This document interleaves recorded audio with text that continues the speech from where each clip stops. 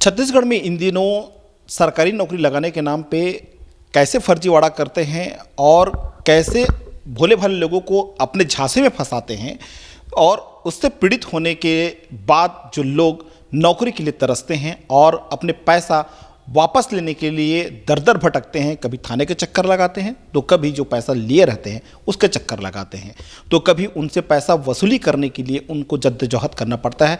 इसके चलते वो जो व्यक्ति है जिनके द्वारा पैसा दिया गया रहता है नौकरी लगवाने के नाम पे, उनकी आर्थिक स्थिति काफ़ी ज़्यादा कमज़ोर हो जाती है। तो ऐसे हमारे साथ एक पीड़ित व्यक्ति हैं, उनसे हम बात करते हैं कि किस तरह से किनके द्वारा क्या धोखाधड़ी की गई है और कैसे इनको झांसे में लिया गया है और कितने लोगों को पैसा इनसे जो सामने वाला व्यक्ति है उसने लिया है, तो कौन व्यक्ति है, कब इनके साथ धोखाधड़ी हुई, कैसे हुआ, इनसे बात करते। तो हमारे साथ देवेंद्र जोशी जी हैं जो रायपुर निवासी हैं और इनसे बात करते हैं। जी देवेंद्र जी, आप बताइए कि आपके नौकरी लगाने के संबंध में कौन व्यक्ति संपर्क किया और कैसे आपके साथ धोखाधड़ी और कितने लोगों के बीच में हुई? मेरे से क्या बोलते, मेरा एक दोस्त है, पटवारी है, वो उनसे मुलाकात हुई। वो आया था घर में। ये कौन पटवारी है, कहाँ के पदस्थ है पटवारी? देवेंद्र वर्मा करके है। वो पहले बोरिया खुर्द का पटवारी था उस समय। तो उससे मुलाकात हुई, मेरी दोस्ती थी उससे। तो वो मेरे को अपनी मिसेस के बारे में बताया कि उनका क्या बोलते हैं, मैं सिलेक्शन करवा रहा हूँ CSPDCL में। तो मैंने बोला यार मेरी बेटी भी है जो परित्यक्ता है, तो उसका भी नौकरी लगवा दे करके। तो उसने बोला कि हाँ वो मैं बात कर लेता हूँ। तो स्वप्निल दुबे से उसने मेरे को मिलवाया। स्वप्निल दुबे ने उसका रेट बताया 7 लाख रुपया कि CSPDCL में आप कंप्यूटर ऑपरेटर में इसकी नौकरी लगवा दूंगा करके। तो मैं पटवारी के भरोसे में मैंने उसको 7 लाख रुपया दिया। ये कब की बात है और ये CSPDCL क्या छत्तीसगढ़ रायपुर के लिए था पदस्थ कि कहीं अन्य जिलों के लिए था? हाँ, ये रायपुर के लिए था, रायपुर CSPDCL के लिए। ये जो गुड़ियारी में है वहाँ के लिए उस समय वैकेंसी निकली थी, उसमें भरी थी मेरी बिटिया भी, तो उसी में करवाने की बात हुई थी। ये कितने साल पहले की बात है? ये करीब 2-2.5 साल पहले की बात है। 2021 की बात है। फिर आगे क्या हुआ, क्या उनकी नौकरी लगी कि नहीं लगी? अब नौकरी तो नहीं लगी उनकी, लेकिन उन लोगों ने मेरे को फर्जी कागज़ दिया था। अब वो बाद में पता लगा कि फर्जी है करके, पहले हमको नहीं पता था। उसके नाम से फर्जी नियुक्ति पत्र वगैरह जारी करवाया था उसने, स्वप्निल दुबे लाके दिया था मेरे को। तो इसके अलावा और कितने लोग हैं जिनके नाम पे सीधा ये भी बात सामने आ रही है कि उन लोगों से भी पैसा आपके माध्यम से स्वप्निल दुबे लिया गया? किस तरह से क्या फर्जीवाड़ा हुआ है? मेरे बहुत सारे रिश्तेदार लोग हैं जो लोग को पता लगा कि मैं अपनी बेटी की नौकरी लगा रहा हूँ, तो वो लोग संपर्क किए मेरे से। तो मैं उनसे स्वप्निल दुबे को मिलवाया। तो स्वप्निल दुबे के मिलने के बाद उन लोगों ने भी पैसा दिया है, फूड इंस्पेक्टर के लिए और पटवारी के लिए।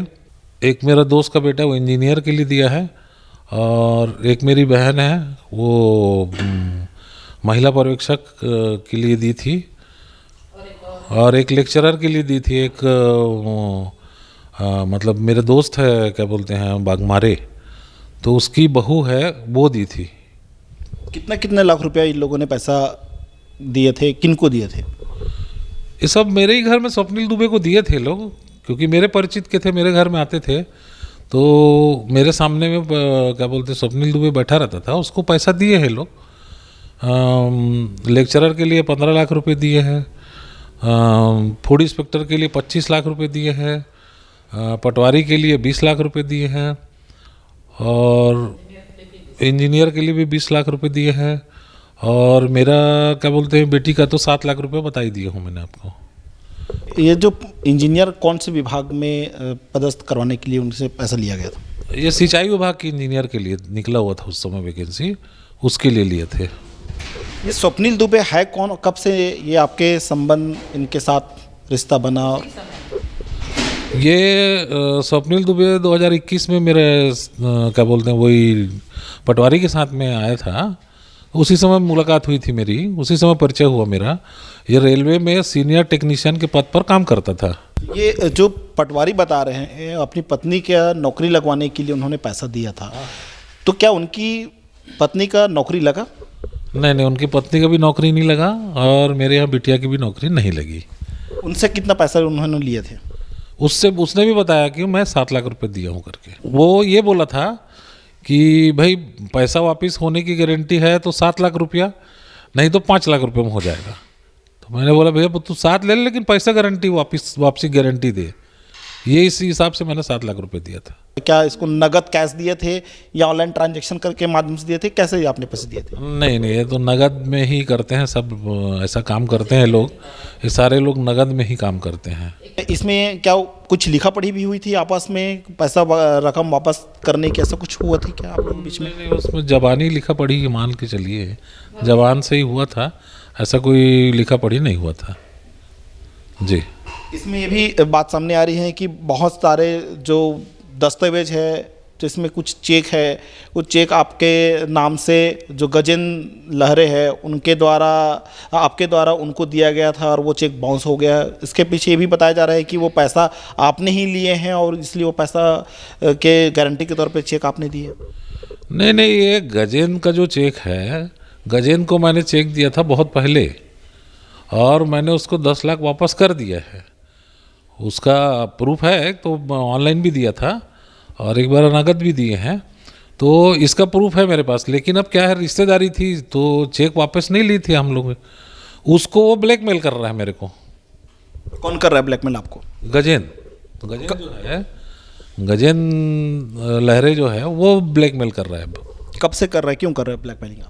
वो ब्लैकमेलिंग इसलिए कर रहा है कि क्या बोलते हैं, उसने पहले क्या बोलते हैं मकान बेच के पैसा दिया बोलता है। मकान बेच के पैसा उसने पहले दे चुका था किसी दूसरे को, अब उसी का बहाना लेकर के मेरे को फंसाने की कोशिश कर रहा है, जबकि वो पहले दे चुका हूँ बोल रहा है। वो खुद कंप्लेंट किया, मेरे पास कंप्लेंट की कापी है, भिलाई 3 थाने में कंप्लेंट किया है। तो ये कैसे हो सकता है? मैं तो उससे पहले लिया था उससे पैसा, मैं अपनी ज़रूरत के हिसाब से पैसा लिया था उससे, उसी को मैंने वापस किया है। लेकिन चेक उसके पास रह गया था, उसको वो ब्लैकमेल कर रहा है मेरे को। चेक आपने फिर कैसे उनको दिए थे और किस वजह से आपने उनको दिए थे चेक? चेक गारंटी के तौर पे दिया था भाई। मैं 10 लाख रुपए लिए हूँ तो 10 लाख रुपए को तो क्या बोलते हैं वापस करना है मेरे को, तो वापस करने के हिसाब से मैंने गारंटी के लिए चेक दिया था। बेटा 5 लाख का 2 चेक दे देता हूँ तेरे को, मेरे को ज़रूरत है 10 लाख की, ऐसा करके मैंने मांगा था उससे पैसा।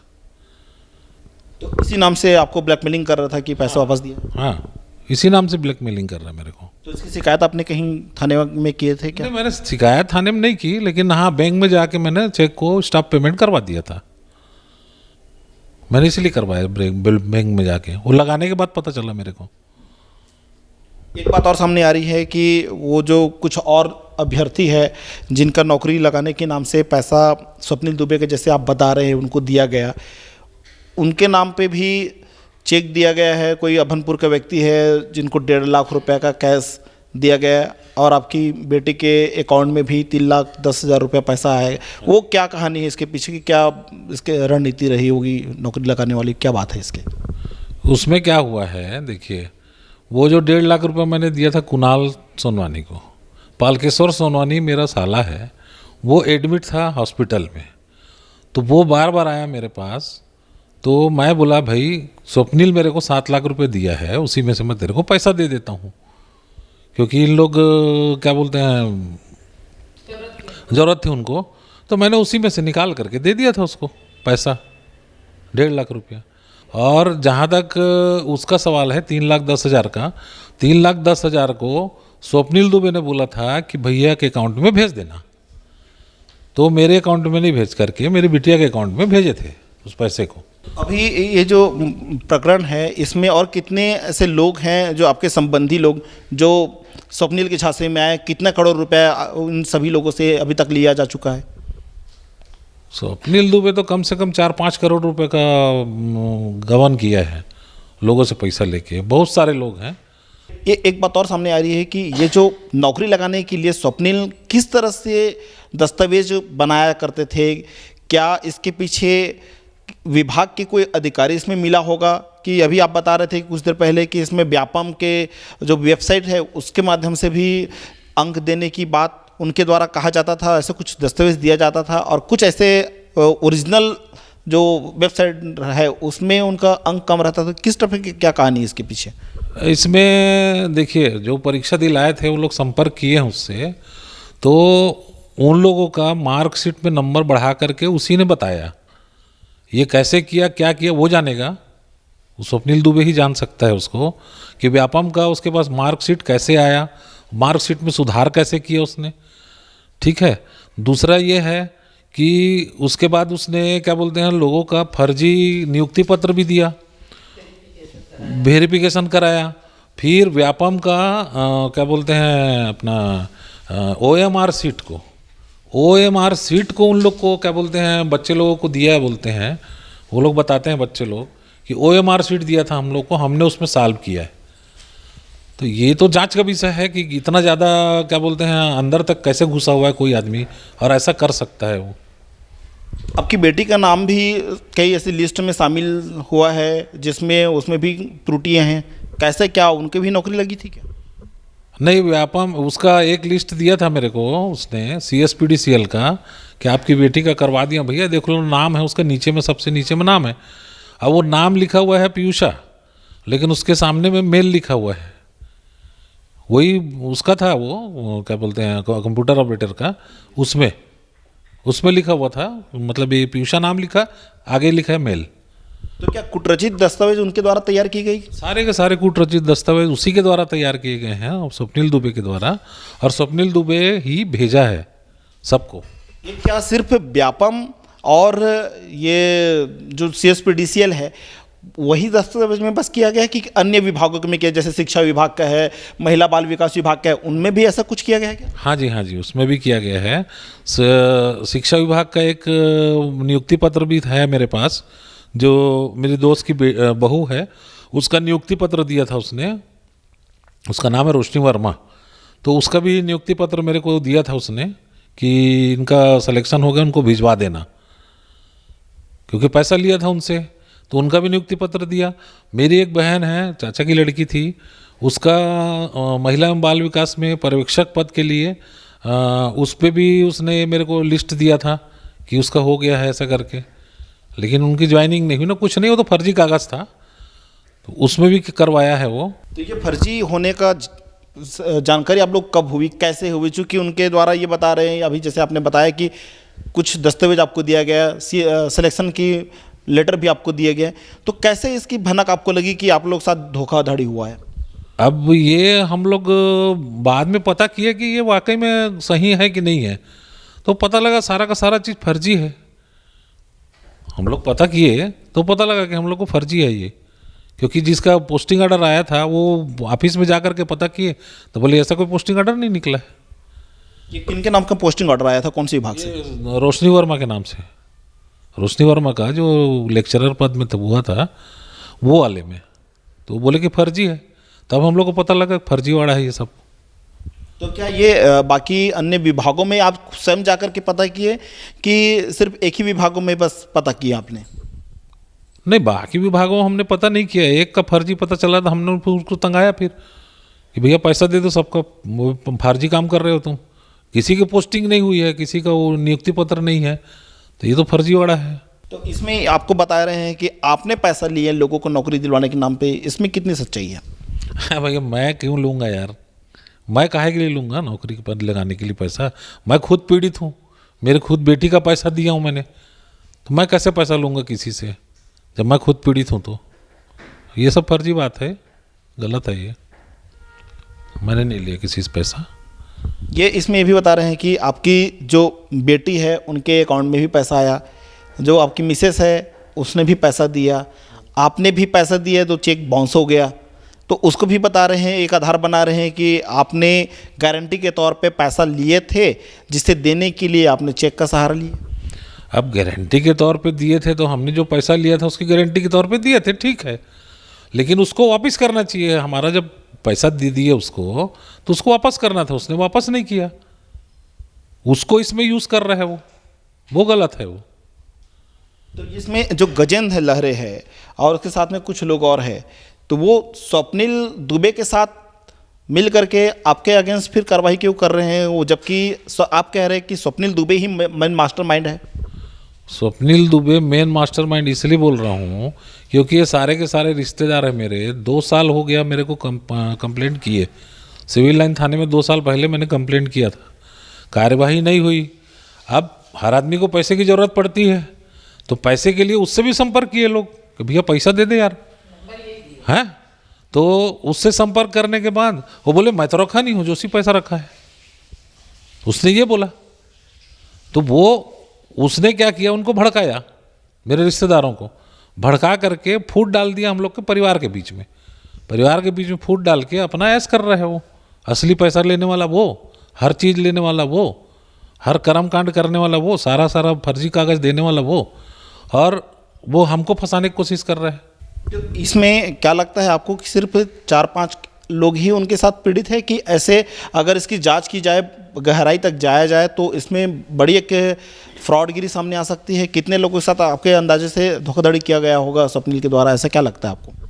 ये अगर इसकी सही जांच होगी तो ये मान के चलिए कम से कम 5 से 7 करोड़ रुपए का उसने घपला किया है। और वैसी कैंडिडेट भी आ जाएंगे, अगर कार्रवाई होगी तो सामने आएंगे कैंडिडेट, क्योंकि अभी सामने कोई नहीं बोल रहे हैं, सामने बोलेंगे लोग। ये बहुत सारे जगहों में फंसा हुआ है, धमतरी में भी लिया है उसने पैसा, और क्या बोलते हैं इधर गाँव तरफ बहुत ज़्यादा, मतलब हर तरफ जा कर के सिर्फ खाली यही काम था उसका। ये कौन है स्वप्निल दुबे, इसकी बैकग्राउंड क्या है, कहाँ से आया है, और ये कब से इस तरह से इस धंधे में धोखाधड़ी या किसी को नौकरी लगाने के इसमें लिप्त रहते हैं, क्या जानते हैं? स्वप्निल दुबे टेकारी का रहने वाला है, और इसके क्या बोलते हैं पिताजी मेरे ख्याल से हेड मास्टर रहे हैं, तो वो वहाँ का रहने वाला है, और ये रेलवे में नौकरी करता था। तो ये हम लोग को बताता था कि विकास शर्मा करके है, वो बहुत बड़ा आदमी है और वो नौकरी लगाता है, मैं करवा दूंगा भैया, ऐसा वैसा करके हमको उसके बारे में बताया। उसकी पत्नी है ऋचा शर्मा, जो शासन में पदस्थ है, उसके पास मैं करवा दूंगा ऐसा करके हम लोग को बताया था उसने। तो यही जानकारी है हमको, और बाकी कोई जानकारी तो नहीं है उसके बारे में ज़्यादा। और रेलवे में सीनियर टेक्नीशियन है वो। ये विकास शर्मा है कौन, और ये जो ऋचा शर्मा आप बता रही ये है कौन, और उनसे स्वप्निल दुबे का क्या संबंध? क्या ऋचा शर्मा या विकास शर्मा से मिल करके कभी उनके विभाग, जहां उनकी पत्नी आप बता रहे हैं, उनके साथ ऐसा कहीं नौकरी भी लगवाया होगा? भी इसकी जानकारी तो मेरे को नहीं है, लेकिन हो सकता है करवाया होगा, क्योंकि विकास शर्मा ख़त्म हुआ उसके बाद फिर वो मुकरा है, पैसा नहीं दूंगा, नहीं दे सकता भैया मैं तो मर गया। तो ये जो विकास शर्मा है, ये कौन से विभाग में नौकरी लगवाने के लिए पैसा उनको दिया गया, क्या जानकारी है आपको इस बारे में? क्या स्वप्निल ने बताया आपको? स्वप्निल ने ही बताया था कि सारा काम वही करवा रहा है भैया करके। तो मैंने उसको बोला भी था कि मेरे से एक बार मिलवा दे, लेकिन मेरे को नहीं मिलवाया उसने कभी, स्वप्निल दुबे ने। वो मैं तो हूँ ना भैया, मैं तो आपका काम करवाऊंगा ना, नहीं होगा तो मैं वापस करवाऊंगा पैसा आपका, ऐसा वैसा करके बोला था उसने। ये विकास शर्मा की पत्नी है कौन से विभाग में पदस्थ है? कहीं ऐसा तो नहीं है कि उसके जो विकास शर्मा की पत्नी है वो अपने विभागों में करवाने के लिए या फिर अपने पहुंच का एक हवाला दे करके नौकरी लगवाने के लिए इस टाइप का काम किए रहे होंगे? अभी ये तो नहीं कह सकता मैं, इसके बारे में मेरे को जानकारी नहीं है। हाँ, इसके बारे में नहीं बोल सकता मैं। पुलिस में भी क्या आपने इस मामले को लेकर के शिकायत किए हैं कि कहीं इसमें जो पीड़ित व्यक्ति हैं उनको न्याय मिले और जो दोषी है उसके खिलाफ कार्रवाई हो? जी हाँ, मैं सिविल लाइन थाने में कंप्लेंट किया हूँ। ये मेरे पास है, ये 2-3 कंप्लेंट है। वो मेरे को उम्मीद है कि क्या बोलते हैं पुलिस विभाग इसमें कड़ी कार्यवाही करेंगे, और जो आरोपी हैं उन पर कानून का शिकंजा कसेंगे, तभी दूध का दूध और पानी का पानी होगा। तामन सिंह सोनवानी जो एक चर्चित मामला है, पीएससी के चेयरमैन रहे, उनकी जो बहन है जगीता जोशी, जो अभी देवेंद्र जोशी की पत्नी है, और उनके द्वारा ये बता रहे हैं कि वो उनके भाई होने के नाते इनको भी झांसे में लिया जा रहा है। तो किस तरह से, क्या आपको कहीं ऐसा तो नहीं है कि तामन सिंह सोनवानी के बहन होने के नाते आपको इस तरह से मामले में घसीटा जा रहा होगा कि आपके भाई के साथ इस तरह से हो रहा है? तो हाँ, ये हो सकता है, क्योंकि ऐसा है नहीं। मेरे भाई का व्यापम से या ये सब चीज़ों से कोई लेना देना नहीं है, क्योंकि सभी जानते हैं कि उनके साथ क्या हुआ है, जो भी हुआ है गलत ही हुआ है, और उनको घसीटा जा रहा है, मतलब जोड़ा जा रहा है इस पे कि उनके वो ऐसा किए तो उनकी बहन भी ये कर रही है उनके साथ मिलके, पर ऐसा कुछ नहीं है। तो ये टामन सिंह सोनवानी का नाम लेकर के जिस तरह से बातें आ रही है कि वो बहुत सारे ऐसे जोशी जिनका नौकरी पीएफसी में लगवाए, तो अभी वो पीएससी के चेयरमैन भी रहे, और उस समय ये सारी चीज़ें हुई, फर्जीवाड़े की चीज़ें आपके टेबल मतलब आपके घर में ये सारे लेन देन की प्रोसेस हुई, तो कहीं ऐसा तो नहीं है कि उसको देख कर के ही सारी चीज़ें लोगों ने आकर के पैसा दिए होंगे? नहीं, वो भैया से इसका कोई कनेक्शन नहीं है। क्या है, अगर मेरा भाई अगर ऐसा कुछ किया रहता तो मेरी बेटी का, आज मैं इसके पीछे नहीं आती कि मेरी बेटी का करवाना है करके, तो आप इसी से समझ जाइए। अगर मेरे भाई अगर गलत काम करते तो मेरे परिवार में कितने लोग हैं, सबका हो गया रहता। ये जो लोग हैं जो सामने आ रहे हैं, जिनका नाम आ रहा है, उसको लेकर के आपका क्या ओपिनियन है, क्या आप कहना चाहते हैं इस बारे में? हाँ, ये हम भलाई का सोचे थे कि भाई मेरी बेटी का हो रहा है तो मेरे रिलेटिव का भी हो जाए। उसने इतना कॉन्फिडेंस दिया हम लोगों को कि नहीं हो ही रहा है काम, स्वप्निल दुबे ने। तो बोले भाई ठीक है करवा लो, बस इससे ज़्यादा कुछ नहीं। वो आता था, बढ़िया बातें करता था और बोला कि मेरा इतना अप्रोच है, विकास शर्मा और कोई आईएएस अधिकारी है, ऐसा कहता था वो, जो करता है काम। पर ये सब चीज़ें तो अब पता नहीं है। ये स्वप्निल दुबे जब आते थे तब क्या कहते थे, कैसे उनको पैसा चाहिए, कैश में चाहिए या फिर? कैश में ही बोलता था वो कि भाई ये प्रूफ पर। हाँ, लास्ट में जब हुआ ना तो बोलता था जितना आ जाए। वो उसका इंटेंशन ऐसा हो गया था कि जितना आ जाए, क्योंकि एक मेरी बहन की बेटी है अंजना का, उसका वो कुछ पैसे कम थे, तो बोले कि नहीं भैया आप लोग अपने अकाउंट में मंगवा लीजिए, कोई दिक्कत नहीं है। तो वो एक उसका पैसा अकाउंट में आया है। ये सब चीज़ें इतना सोच नहीं पाए कि वो कुछ गलत कर रहे हैं हमारे साथ। ये हम ऐसे चक्रव्यूह में फंस गए, क्योंकि ये सब आता नहीं छल प्रपंच करना। सीधे साधे लोग हैं, मेहनत करते हैं तो दो रोटी खा रहे हैं हम। बेटी है, अगर कहीं लग जाए छोटी मोटी तो सिक्योर हो जाए वो, बस इसी चक्कर में हम फंसे और हमारे पीछे सारे लोग आ गए। जो नौकरी में लगाने का झांसा कितने सालों तक चलता रहा, कितने सारे लोगों के साथ? फर्स्ट टाइम था ये, फर्स्ट टाइम था 2021 में जब वो उसका निकला ना व्यापम का, फूड इंस्पेक्टर का, तो वो उसके थ्रू आया, इनके दोस्त है देवेंद्र वर्मा के थ्रू वो मिलाया कि ये एकदम पक्का करवाता है, मेरी बीबी का भी करवा रहा है। तो एक भरोसे पे भरोसा होते गया और उसमें पूरा गड़बड़ हुआ। पर मेरे रिश्तेदारों को लगता है उसने फुट डालो राज करो की नीति अपनाया उसने, और हमें आपस में लड़ाया। आप क्या चाहते हैं इसको लेकर के, क्या होना चाहिए? हम तो चाहते हैं कि स्वप्निल के खिलाफ कार्यवाही करे और उससे पैसा वसूले और हमारे सारे रिश्तेदारों को पैसा मिलना चाहिए वापस। और ये जो बदनामी का जो दंश आप लोग अभी झेल रहे हैं, इसको लेकर के क्या आप कानूनी लड़ाई भी लड़ने वाले हैं? हाँ, लड़ेंगे इसके खिलाफ। तो कहा भाई जब हमने गलत किया नहीं है तो लड़ेंगे, और चाहते हैं कि सबको न्याय मिले। हमारे जितने बच्चे हैं सारे बच्चे ही हैं, कहना चाहिए सारे रिलेटिव है मेरे। तो मैं चाहती हूँ भाई किसी का पैसा ऐसे ही वेस्ट नहीं, कहीं से कोई कहीं से लाता है नौकरी के नाम पे, जानते हुए भी शायद हम फंस गए पढ़े लिखे हो के, तो बाकी का क्या बोले हम। पर उसने इतना विश्वास दिलाया कि हमारा तो आँख ही बंद हो गया था कि नहीं भाई वो कराएगा। और अब वो लोग भी यूज़ कर रहे हैं मेरे भाई का नाम, जबकि मेरे भाई का इससे कोई लेना देना नहीं है। आप लोग तह तक जाएंगे, अभी ये सब राजनीतिक है, पर मेरा भाई इनोसेंट है, कुछ नहीं किया उसने। आप लोग को ये मिल जाएगा प्रूफ। तो ये थे हमारे साथ जोशी दंपत्ति, जिनके द्वारा ये बताया गया है कि इसमें इन लोगों को साजिश के तहत फंसाया गया है, राजनीति के तहत फंसाया गया है, और स्वप्निल दुबे ही मास्टरमाइंड आरोपी है, जिसने इनके घर में आकर के पैसा लेते थे और पैसा लेकर वो जाते थे और किन लोगों को क्या पैसा दे करके नौकरी लगाने की बात उनके द्वारा कहा जाता था और कैसे दस्तावेज तैयार किए जाते थे, इसकी तह तक जाने की आवश्यकता है। अब इसमें देखना यह होगा कि आगे पुलिस प्रशासन किस तरह से क्या एक्शन मोड लेती है और किनके खिलाफ क्या कार्रवाई करती है। न्याय चाहिए हमको, न्याय। कैमरामैन नीरज चांगड़े के साथ चमन प्रकाश, CP News 24, रायपुर।